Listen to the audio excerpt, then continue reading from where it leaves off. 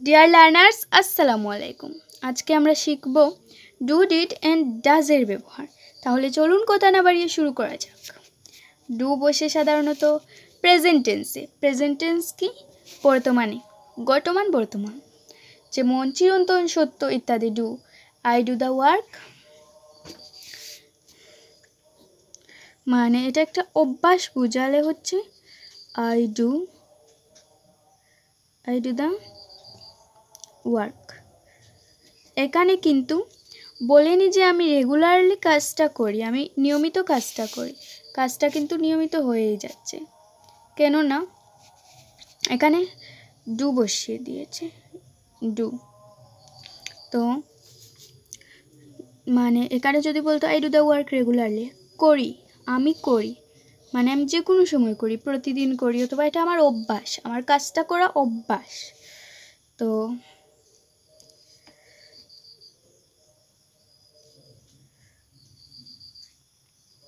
এটা হচ্ছে প্রেজেন্ট টেন্সে বসে। ডু, এটা ধরেন আমরা একটা নেগেটিভ সেন্টেন্স লিখলাম, do you like bananas, do you like banana. তো এখানে হচ্ছে তুমি কি কলা পছন্দ করো, মানে তুমি কি, এখানে কিন্তু বলা হচ্ছে না যে তুমি কি কলা এই মুহূর্তে পছন্দ করো, বা তুমি কি কলা আগে পছন্দ করতে, বা তুমি কি কলা পছন্দ করবে। এটা বলা হচ্ছে তুমি কি করো, মানে তোমার অভ্যাসে আছে কিনা, এটা তোমার অভ্যাসে আছে কিনা, তুমি কি কলা পছন্দ করো। তো ডু এই কারণে বসছে যে এটা হচ্ছে তোমার অভ্যাসগত একটা প্রশ্ন। এটা কখন করো, এটা কোনো কিছুই হচ্ছে স্পেসিফিক থাকবে না, নির্দিষ্ট থাকবে না, এটা অনির্দিষ্ট। কখন করো, কি করো, এগুলো কিছুই কি। ডু হচ্ছে ডু, ডিড, ডাজ ব্যবহারগুলোর মধ্যে সবচেয়ে ইজি। এখন আমরা আসি ডিড। ডিড, ডিডের ব্যবহার কখন হয়? ডিডের ব্যবহার হয় তখনই, আচ্ছা আমি লিখলাম he did the work. Did, do অর্থ করা, ডিড অর্থ করতাম। He did the work, I did the work, আমি কাজটি করতাম। এখানে ডিড দ্বারা কিন্তু পাস্ট টেন্স বুঝিয়েছে, মানে আমি অতীতে করেছিলাম, অতীতে কোনো কাজ সংগঠিত হয়ে গেছে, এখন কাজটি শেষ, এখন চলমান নয়, আগে অতীতেই হয়েছিল, অতীতেই শেষ হয়ে গেছে, সেটাই হচ্ছে গিয়ে সেই জায়গায় হচ্ছে ডিড বসে। যেমন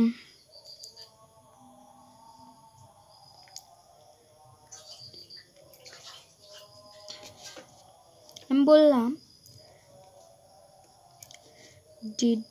ডিড ইউ লাইক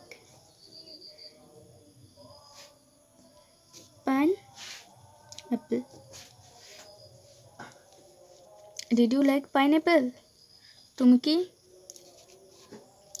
কি আনারস পছন্দ করতে। তাহলে ডিড হতো করতে, মানে অতীতেই হতো। এখন তুমি কি আনারস পছন্দ করতে, এখানে কিন্তু বোঝানো হয়েছে অতীতে করতে কিনা।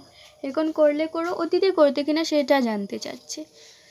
এর মাধ্যমে হচ্ছে প্রশ্নকর্তা হচ্ছে এইটা জানতে চাচ্ছে যে তুমি অতীতে করতে কিনা, না বর্তমানে করো আর না করো সেটা জানানোর প্রয়োজন নেই। তার মানে ডিড শব্দটা তখনই ব্যবহার হয় যখন সেটা অতীতে সংগঠিত হয়েছিল কিনা সেটা বোঝাতে চায়। এখন ডাজ,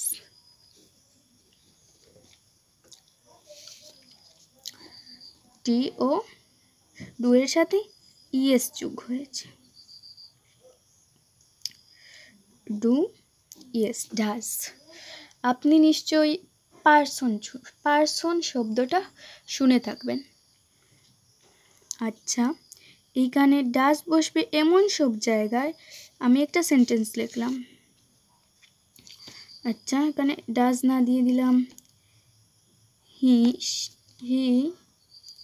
গোজ টু স্কুল। সে স্কুলে যায়। এখানে আমি হি গো টু স্কুল দিলেও তো পারতাম না, কারণ সেটা হচ্ছে third person singular number.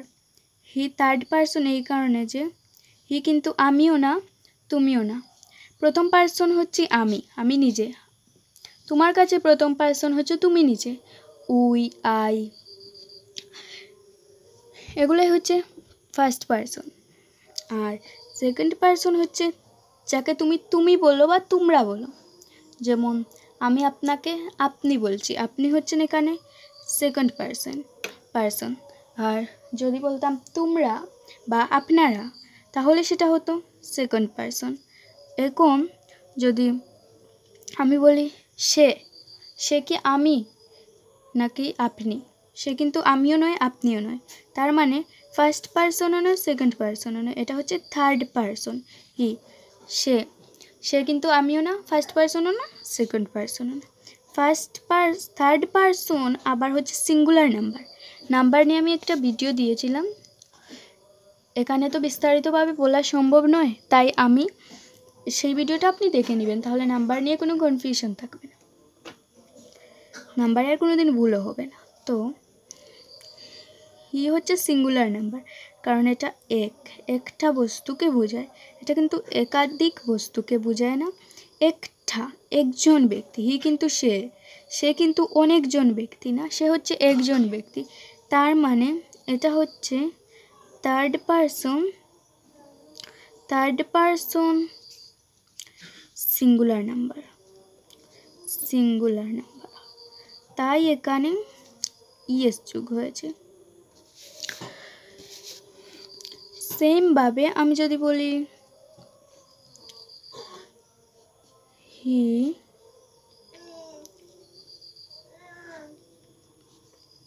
Does the work, এখানে কি আমি বলতে পারতাম হি ডু দ্য ওয়ার্ক, সে কাজটি করে, কিন্তু এটা কখনোই হবে না, কারণ থার্ড পারসন সিঙ্গুলার নাম্বার হলে অবশ্যই ভার্বের সাথে ইএস যোগ করতে হবে। এখানে যেহেতু ডাজ হচ্ছে ভার্ব, মেইন ভার্ব, তাই এই প্রিন্সিপাল ভার্বের সাথে ইএস যোগ করলেই আমরা পাই হচ্ছে থার্ড পারসন সিঙ্গুলার নাম্বারের একটা সঠিক প্রপার একটা সেন্টেন্স পাই। তো আশা করছি বুঝতে পারছেন যে ডু থেকে কেন ডু না বসে কেন ডাজ বসে, আর ডিডি বা কেন বসে। তাহলে কি আমি নিয়মটা লিখে দেব? হ্যাঁ, ডু বসে প্রেজেন্ট ইনডিফিনিট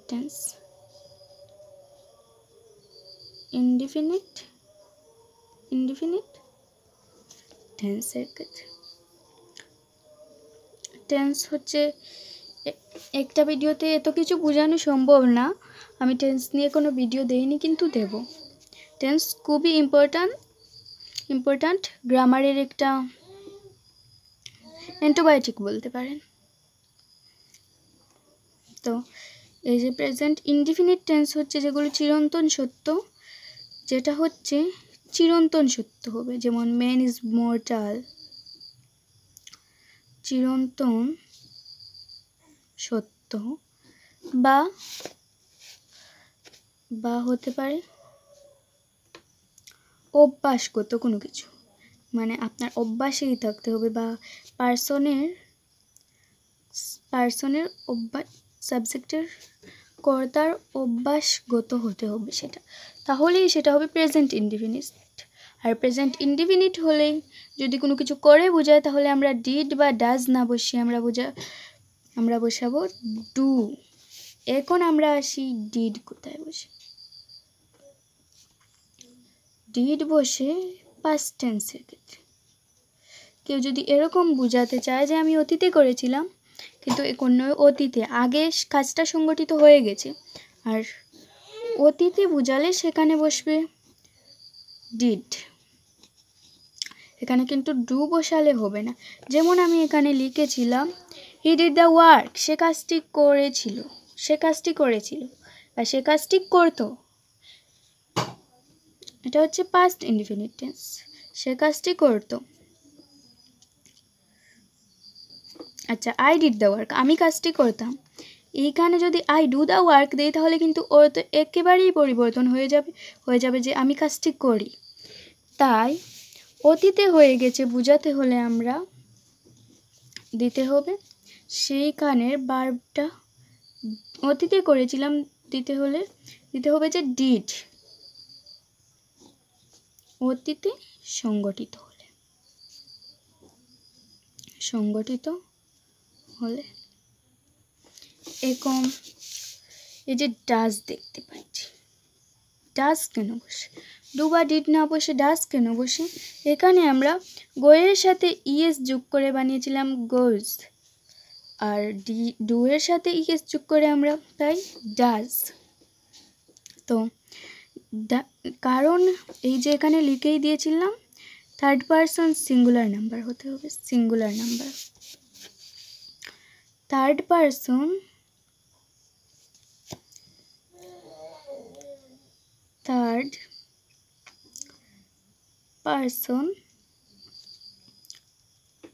সিঙ্গুলার নাম্বার হচ্ছে সিঙ্গেল থেকেই কিন্তু সিঙ্গুলার নাম্বারের উৎপত্তি, মানে একটি সিঙ্গুলার নাম্বার। এর ক্ষেত্রে কিন্তু ডাজ বসে। আশা করছি বিষয়টা বুঝতে